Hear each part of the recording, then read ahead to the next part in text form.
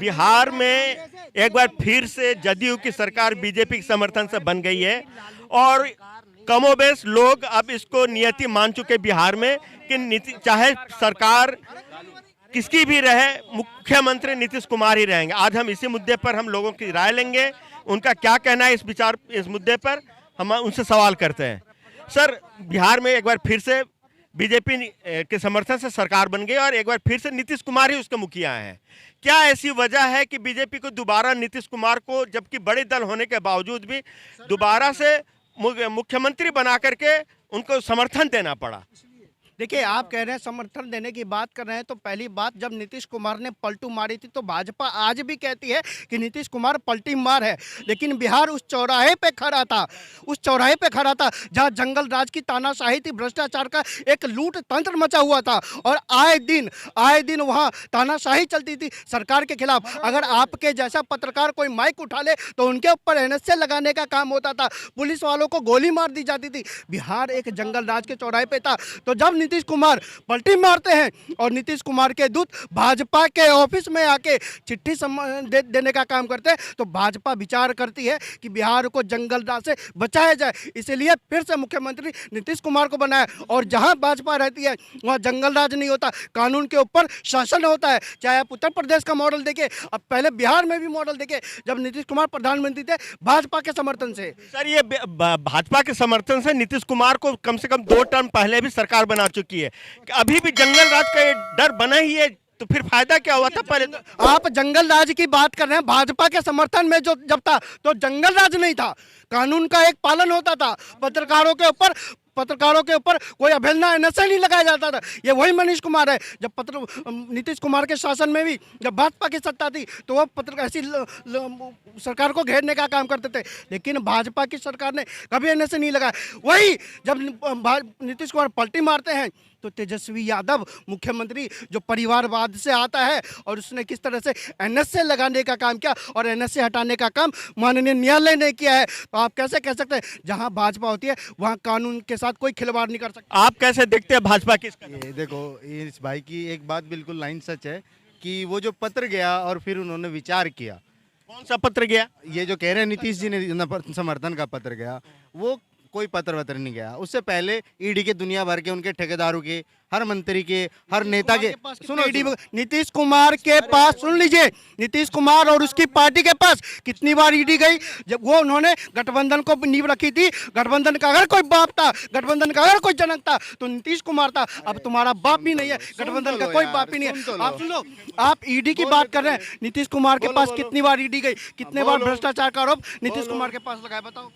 नीतीश कुमार के जो रिलेटिव, जो ठेकेदार, जो बाहुबली, जो उनको फंडिंग करने वाले और राजनीति को संभालने वाले लोग थे, उनके पास गई है। और वो आज से नहीं, नाम बताने का काम करो, नाम बताना। अरे वो दूसरी बात, ईडी तेजस्वी यादव के दूसरी बात, ईडी भ्रष्टाचारियों के पास गई थी, नीतीश कुमार के पास नहीं गई थी। बोलो नाम। अरे भ्रष्टाचारी जिनकी फाइल बंद होगी, तथ्यों के साथ रखो बात। 2 दर्जन से ज्यादा है के पास साथ रखो बात। ईडी के झारखंड के पास, सुनो, दिल्ली वालों के पास। जो इनके सामने झुक गया उससे ईडी भी हट गई और उससे भाजपा भी हट गई।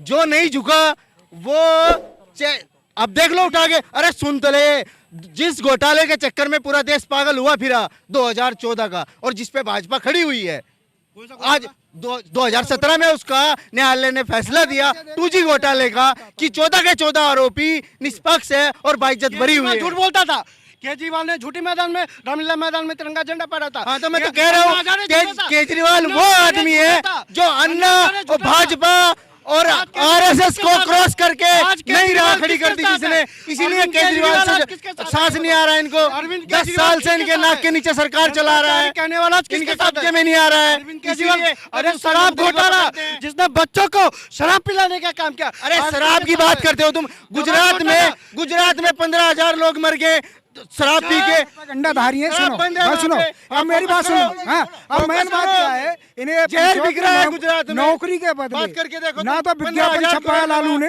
नौकरी के बदले जो है उनकी जमीन ले ली गरीब लोगों की। और किसने नौकरी के बदले? लालू की बात कर रहा हूँ मैं। कोई विज्ञापन नहीं दिया कि इतनी जगह हैं, केवल अपने चुनिंदा लोगों को उसने नौकरी के लिए इकट्ठा कर लिया कि मैं तुमको अरे ये तो सबको पता है। कह रहे ना उस सुनो भ्रष्टाचारी को वोट दे जब रही है। से जेडीयू के साथ में सरकार बनी है, पूरे देश के मुख्यमंत्रियों का डाटा उठा के देख लो, किसने सबसे ज्यादा नौकरी बांटी है। सुनो, जितने जवाब ये भाजपा। नहीं, सुनिए, एक मिनट।